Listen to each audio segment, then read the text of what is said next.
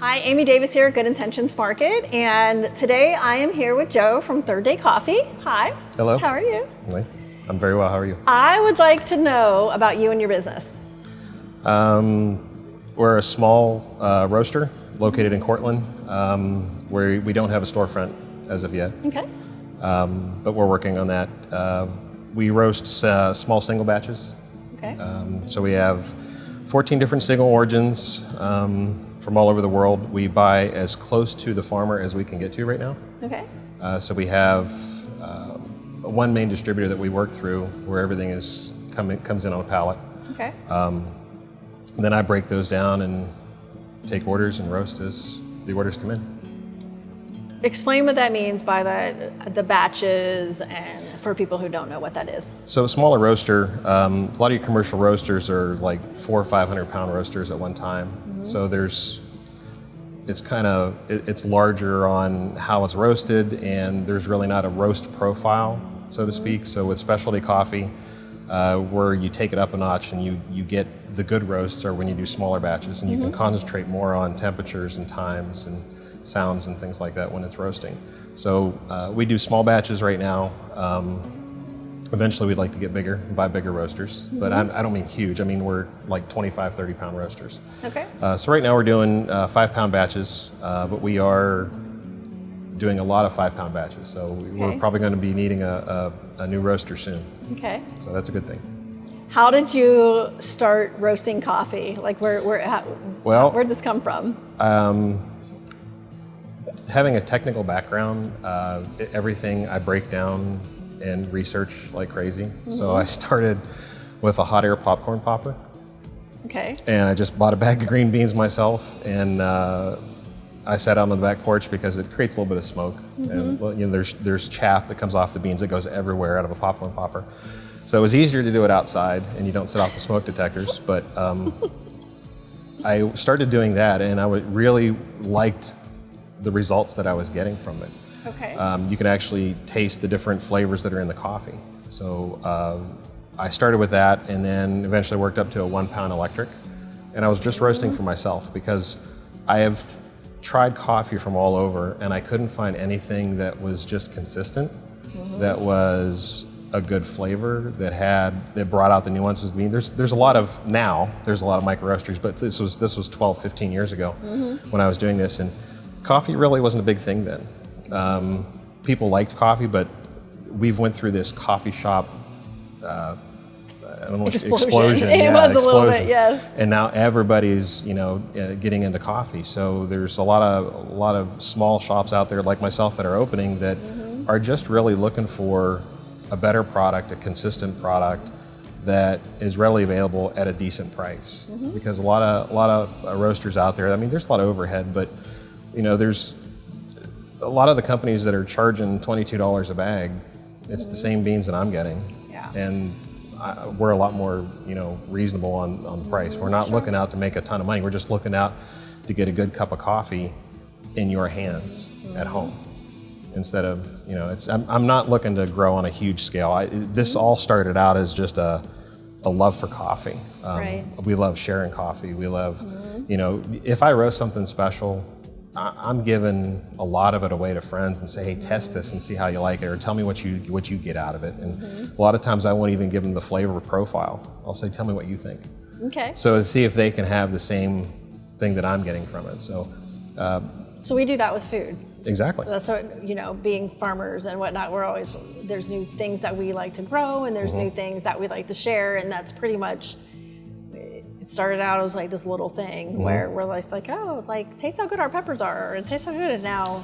Yeah, when you put more focus on anything, whether it be produce or, raising animals or coffee, it's you put more time into the product and understanding about that product and what you can pull out of it. So with roasting, it gets very complex because you're dealing with hundreds and thousands of different chemicals that are in those beans.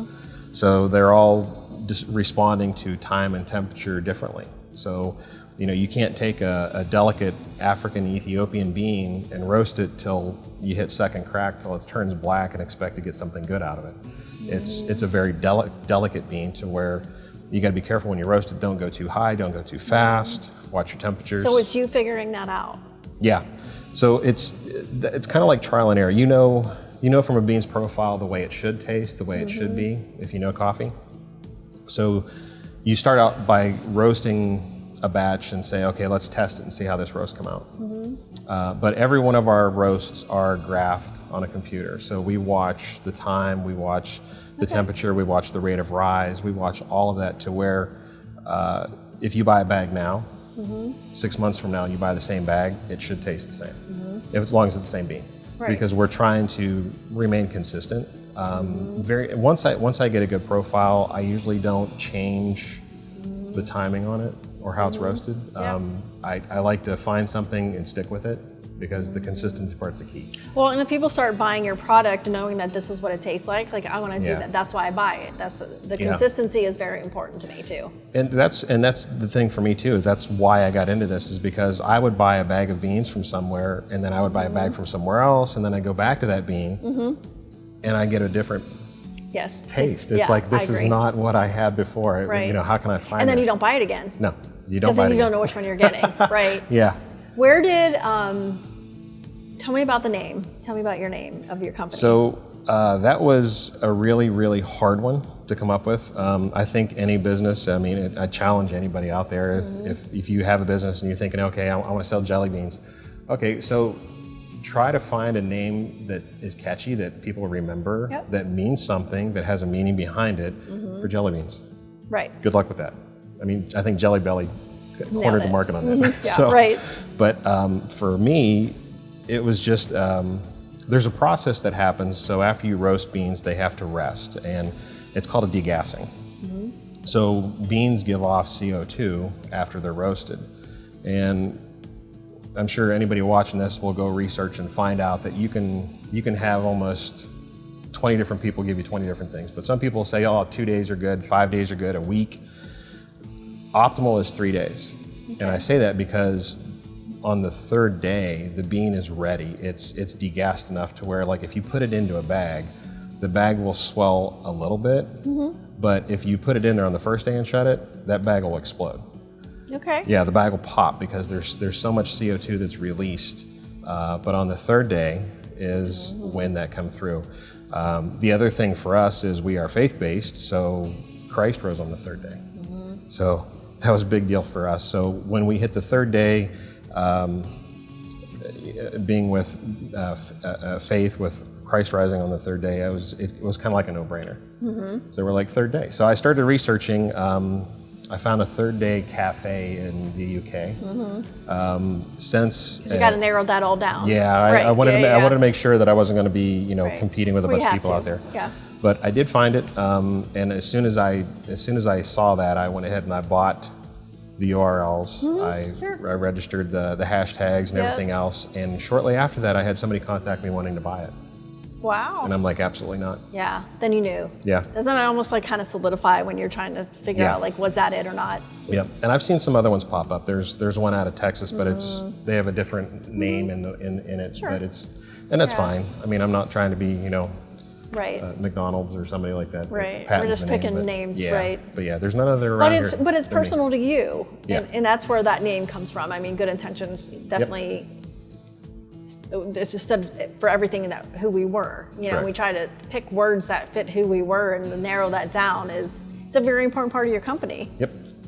Yeah, it's huge. And the only thing, it has to roll off the tongue. If you have something, because I was just thinking in my mind, if you're sitting in your office and somebody says, hey, you want to go grab a cup of coffee? Let's go down to third day. It's simple.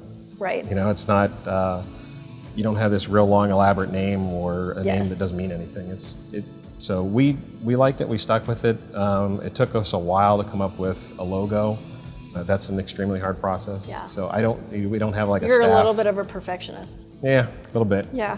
Well, it comes with coffee roasting because it's got to be perfect before we won't send it out. Yeah. So yeah, if the roast is off, and I drink the bad ones. So, but we have less of those now. But because we're pretty consistent. What makes your coffee special, unique? The only thing I can say is, you can go to any coffee roaster and get a good bean and get a good roast. But it's the consistency and it's how much time do they put into that. If you're doing it just to batch through and bang out beans and sell them, then maybe you're not in it for the right reason. So everybody has different reasons. Exactly. So why not take we take our time, we make sure that the beans are right, the way they're stored when they're green. We make sure that the temperatures are right, the humidity is right. And when we roast, we're roasting that profile. And like I said, if the batch is bad, then it doesn't go out. I would not sell somebody beans that I would not drink. Well, right. So it's one of those deals where I want to make sure that the product is right, but we take more time with each bean. So like if I get a new bag of beans in, even though we'll just say Ethiopia yogurt chaff is the same thing. It's if I buy that bag of beans and it's a brand new, but it's from a different farm or different lot, I'm gonna scrutinize a little more in the first couple roasts to make sure it's the same as before. Just in general, when it comes to your business, your life, what inspires you? Like you just personally? I love sharing coffee. I love, for me, I had a business before, and the hardest thing for me was charging a client and taking money. It's kind of the point of a business, I understand right? you have to have that to have a successful business, but for me, it was always, I'm thrifty, my wife is thrifty, we are just like, you try to get the best bang for your buck and everything. Right. And to charge money for something that you made or you crafted, I guess you have to have a little bit of, be a little humble sometimes, I'm not saying I have the best coffee in the world. I'm saying I'm selling a good product and I stand behind it. Yes. And for me, there's value to that. The inspiration is when I can give somebody a cup of coffee and they just absolutely love it. Or they'll get a hold of me and say, oh my gosh, what was in that bean, or what did you give me the last time, because that's what I want. And we're seeing that with our online sales. And like I said, we don't have a storefront yet. So we're strictly online. We offer free local delivery to anywhere within 15 miles of Cortland for free. It doesn't matter the size or the order, we will deliver it to your house. Okay. Because we don't have a storefront. The second thing is we have an extended range, but our shipping, anything over $40 is free shipping, and anything under that is a simple one flat fee of $5.99. So I think customers, I would say probably like 80% of the orders on our site are $40 or more. So that really drives, but you're getting a pretty good deal, because if you look at it for what you're getting, 4 bags of coffee, and most of our average prices are in between $12 and $14 depending. Right. It's a pretty good deal. It's very reasonable. Yeah. Tell me about what do you want to do with this now that it's fairly new in the business world. It is new. It is. And you opened in a little bit of a crazy time, and you started supplying in a crazy time. So did we. What do you want to do? Where do you want to, now what? Short-term goals, long-term goals? Short-term goal is to grow the business enough to where it could be a full-time job for me. Right now it's not, but we're doing very well. I'm not gonna lie, it's since, let me see, we've grown month over month. The software that I use keeps track of volume and everything, so I see what I'm roasting, see what we're putting out. And we were on, the first year we were open, was the end of 2019, and I really don't count that year because that was just getting things going. It was half a year. But the second year, 2020, things started. We were growing month over month, and we were on track to do 1,500 pounds of beans, which is good for a little small part-time gig. Right. But we ended up shooting that out of the water and doing 1,800 pounds. So then this year, I started looking at numbers and projecting out and seeing how we're doing, and I said, oh, okay, this year looks like it's going to be a 3,000 pound year. Well, I just redid some numbers the other night, and we're closer to 4,000. So it's getting better. It's growing. And there's a ton of beans at my house right now. Right. And I mean a ton of beans. Yeah. But we are going through product. We are doing really well. A long-term goal, I want to see just more than one third-day coffee shop open. I want several locations. I want to be in the busy areas. I want to be where people can come, have a cup of coffee, relax, listen to some good jazz, and just chill out, have a cup of coffee, bring your laptop, have some free Wi-Fi, catch up. Coffee is a lifestyle. Yep. I think it goes into, I know you love good food, and I know that's like just part of like the things that you love in general. And a fantastic cup of coffee fits right in with that. Yep. And the other thing too is I think a lot of people that have businesses or stuff, they get so hung up on their own product, they forget what's out in the real world. And one thing that I always try to do is reach out to other roasters that are similar to us and buy beans from them, because I want to see what they are doing. I want to taste what they are getting. Right. I don't make sure that I'm not missing out on something or not being able to give the customer the best product. If so, I'll visit coffee shops. When I travel, the first thing I look for is where was diners, drive-ins, and dives, and what are the local coffee shops, and do they roast? And if they do, then poke my head in the back and say, hey, can I come talk to you? You get all in there. Yeah, you're definitely not shy. No. Get all up in there. Go learn. Yeah. So with our relationship, as far as like doing coffee, I think it just goes back to the just kind of walk in, pop in kind of conversation to make this kind of thing happen. And you're at that stage where that's what you're doing. Yeah. So you were probably the first one that I actually just popped in and said, can I talk to you as the owner here? And you're like, it's me. I'm like, cool. And can I have 10 minutes of your time? And brought you some samples, talked about it. Since then, which has not been that long ago, we're now in 6 different retail locations. We sell bagged coffee. They also serve coffee, so espresso, whatnot. We have information on our website where you can go look at our. If you click on the wholesale link, there's a wholesale link there about all of our partners where you can find our coffee. Okay. And if you want to be a wholesale partner, fill out the form. That's awesome. Yeah, we'd love to talk to you. So you are looking to continue getting more wholesale customers and more shops right now? Yeah, because it's everything about brand is getting the brand out there, because I'm right in Cortland, and until the coffee shop in Cortland opened, there's a lot of people that didn't know I even existed. It doesn't matter how much Facebook and Instagram or local posts you put out, if people don't have Facebook, they don't see you. So there's other venues, Cortland News and things that we're looking at to advertise with. So it's growing. I'm getting there, but it's taking time. Yeah. But it'll happen.